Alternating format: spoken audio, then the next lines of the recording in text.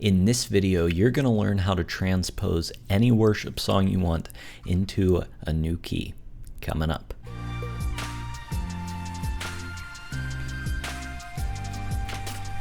Hey everyone, Spencer here from leadingworshipwell.com, your daily dose of practical worship leading tips. If you want to find those tips, head over to Instagram or Facebook at Leading Worship Well, where I'm posting new worship leading tips just like the one I'm about to share every single day. But you're here on YouTube, so go ahead, hit the subscribe button down below, and let's get into it, because today we're talking about, drumroll please, how to transpose any worship song you want, into a new key.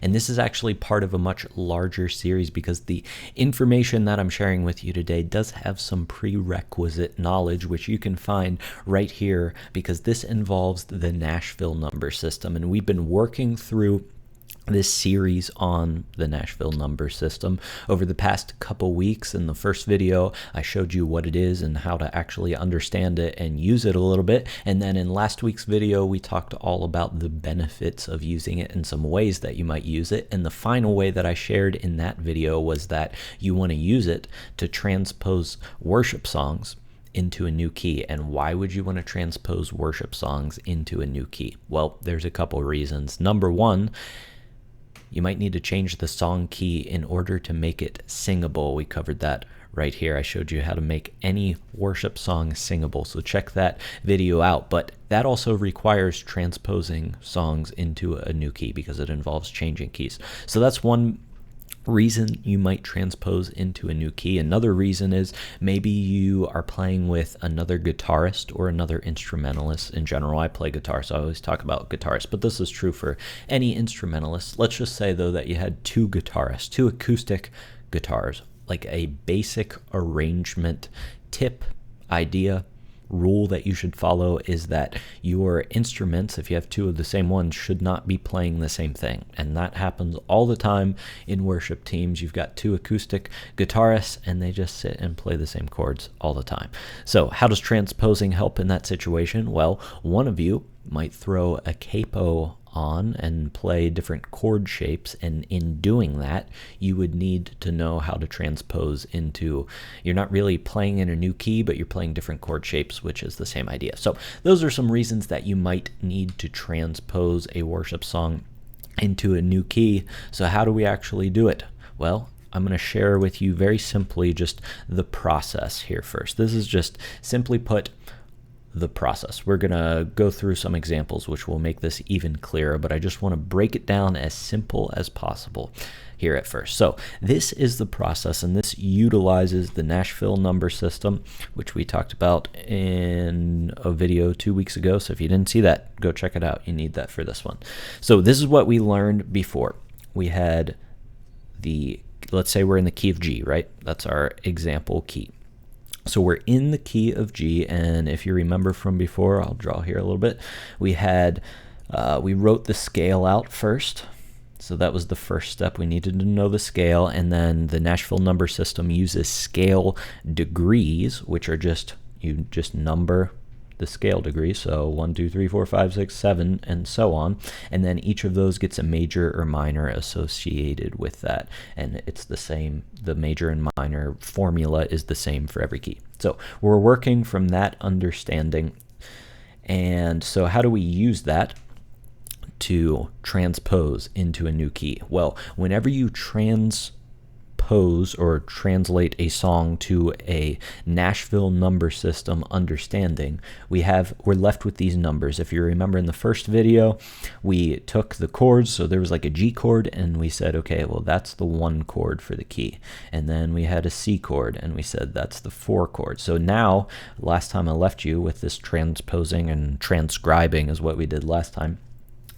We were left with just numbers. So there was the 1 chord, the 4 chord, 5 chord, 6 chord, things like that. So to transpose into a new key, here's what we're going to do. Let's bring up sort of the same thing that we just looked at for the key of G. Let's say we wanted to transpose to the key of D. So here is the same exact thing, except now we're in the key of D. And a song would have these G chords up here. We've translated those to numbers. So right here, there were numbers. So let's say we had the 1 chord. All we need to do to transpose into the new key is work with the numbers. So if a chord is a 1 chord, 1 would be right here. We just work in the opposite direction. And that chord would now become a D. Same thing with the 4 chord. If it was a 4 chord in the key of G, it would be a C, but in the key of D, we're just working backwards. We have our 4 chord here, it would be a G. And same thing with the 5 chord. If it was a 5 chord, that would be a D right here in G, but in the key of D, it would be an A.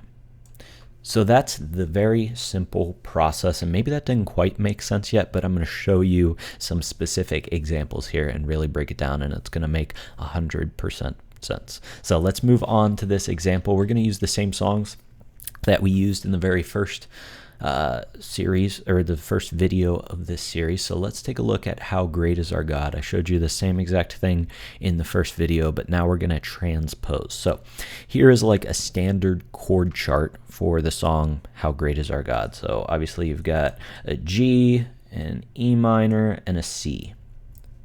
Pretty simple, and then that just repeats itself down in the second half of the verse. So what's the first thing we need to do? Well, just like we did last time, we need to bring up our major scale, and we need to transpose, or transcribe, I should say. I keep messing up those two words, but you get it. We need to transcribe and change these chords into numbers. So just like we did in the first video of this series, how do we do that? Well, we just look down here. We have a G, so that G is a 1 chord. We have an E minor. Here's our E, and remember we had like major, minor, minor, major, major, minor, diminished. It's hard to write with a mouse, but you get it. So that's how we know that this is an E minor, because it's there, and then we go down there. So that's just a formula that you follow. So that's our 6 chord. Here is our 4 chord. The C is right here, so that's a 4 chord. All right, so we've translated those to numbers. Let's just go ahead and do the rest of the half of the song, because it's the same exact thing. This is a chord progression, a 1-6-4 chord progression. So we go here, we know that a G is a 1 chord, an E minor is a 6 chord, and a C is a 4 chord. Now, here comes the transposing part. And so let's say that we want to transpose this song to the key of D. So what do we need to do? Well, we need to pull up that D major scale so that we can look at the scale degrees. So let's do that. And I've got some stuff in the way here, but we'll just get rid of that. All right, so we've got our key of D up here. Now, what did we do? I showed you this at the beginning. We need to work from the numbers. These are basically irrelevant. The chords are irrelevant now because we've transcribed it to the Nashville number system. So now we're just working with numbers. So all we have to do is match the number up with the chord. So here we have a 1 chord. What is the 1 chord in the key of D? Right here. Go up here, and it's a D. So that chord becomes a D. Where is the 6 chord? The 6 chord in the key of D is a B. And we can look here and see that, okay, that was an E minor. And we also know from that formula we used before that the 6 chord is always a minor. So this should be a B minor. You have to keep that in mind. So there's a B minor. And then where's the 4 chord? 4, right there. And we work backwards, and that is now a G. Whoops, I wrote that kind of in the wrong spot, but you get the idea. B minor and D. So now we have successfully transposed from the key of G to the key of D. We took these chords and we turned them into the Nashville number system. We used that, and then we took the Nashville number system and kind of went backwards in the new key, and we found that the chord progression is D, B minor, and G. So simply put, that's how you transpose a song. I'm going to give you an opportunity here in just a second to practice what you just learned. But just once again, step by step, look at the chords in the song, find out the key, translate that to the Nashville number system, and then go to the new key, work from the number system, and go back to the chords. So let's take another look at What a Beautiful Name. We looked at this one in the first video of this series as well. So here are our chords. We're in the key of D. It's a D, G, B minor, A, B minor, D, G, B minor, A. Those are the chords. What key are we in? We're in the key of D. So just like we did in the first video, I'm going to ask you to pause the video here because this is all the necessary information that you need to transpose to a new key. Well, actually, I'll throw up. I forgot. There's a second part of this, which is that we're going to be transposing to the key of B.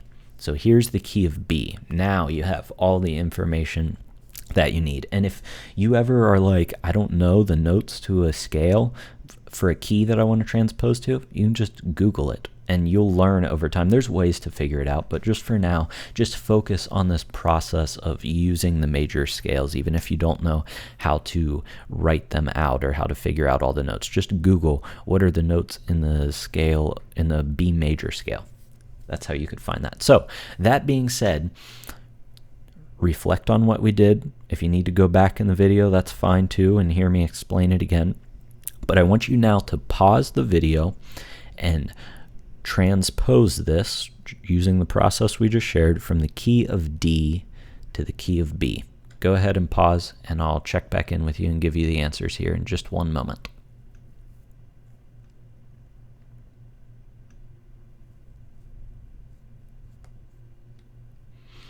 All right, I hope that went well for you. Let's check your work, and I'm going to take you through the same process again. Follow along with what you came up with, and I'm trusting that you got this because it's easy once you do it. And I don't say easy if you got it wrong to make you feel bad, but if you do this again and again and again, eventually it's kind of like mental math. Like math, you have to figure the formula out. But eventually, even though teachers hate whenever you do mental math, you eventually just do it in your head, and you can do it pretty much instantly. So let's check your work. All right, so what do we have to do first? We have to transcribe this to the Nashville number system. So I'll just do it quickly here. We have a D up here. We know that a D in the key of D is the 1 chord. Let's go to the next chord, which is a G. The G is the 4 chord. The B minor is the 6 chord. And the A is the 5 chord. And then we just repeat those chords again. You don't have to do the process again because we already know that a B minor is the 6 chord, D is the 1, G is the 4, B minor, 6 again, A is the 5 chord. Now, here comes the part where we transpose into the key of B. So let's use this system. Now remember, we're just working with the numbers here. So we have a 1 chord. We need to find the 1 chord in the key of B. And what is it? Well, it's just a B. Let's do the same thing with the 4 chord. What's the 4 chord in the key of B? It is an E. What is the 6 chord? It's a G sharp, but remember the 6 is always a minor, and you can already tell that just by looking at the B minor up here that this is going to be a minor. So this will be a G sharp minor. And then what is the 5 chord in the key of B? It's an F sharp. So now we've figured out all the chords in the new key. We just got to plug them in here. So the B minor we know is a G sharp minor, D is a B, G is an E, B minor is a G sharp minor, and the 5 chord is an F sharp. So if you want to check, here are the answers: B, E, G sharp minor, F sharp, G sharp minor, B, E, G sharp minor, F sharp. That is what you should have come up with. If you didn't come up with that, just watch the video again. You'll get it. It's a step-by-step process. One more time. We are transcribing the original chords into the Nashville number system, and then we're left with just the numbers. And then we pull up the scale from the key that we want to transpose into and kind of work backwards and go to whatever that number is and look at what chord corresponds with it. So that's it. That's how you transpose a new song or a song into a new key. It's really that simple. But like I said, we had to know the Nashville number system to make it happen first. And there are other ways to do it, but I think that the Nashville number system is just really the easiest way to make it happen if you're writing it out, but also to think about it. And that's why I believe that the Nashville number system is the key to unlocking the next step in your musical journey. So I hope that helped today. Now you know how to transpose songs into new keys if you want to change the key of a song so that it's more singable, or maybe you're playing with another guitar player and you want to throw a capo on to make it sound so there's some separation between those guitars. Whatever it is, now you know how to do it. Thanks so much for joining me today. If you have any questions down below, just leave them in the comments. Just leave them in the comments below. I also forgot to tell you that I do have a free audio training for you. It's called 5 Tips to Instantly Improve Your Worship Leading. If you want to find that, you can just head over to my website, leadingworshipwell.com. In it, you'll learn 5 simple tips, much simpler than what I just shared, that you can implement like today, and they will instantly improve your worship leading. They're pretty simple. You just got to know them and make the conscious effort to apply them to your worship leading. So head over to leadingworshipwell.com to find that. Once again, my name is Spencer Cormany. Thanks so much for joining me, and I'll catch you in the next one. Keep leading worship well. See ya.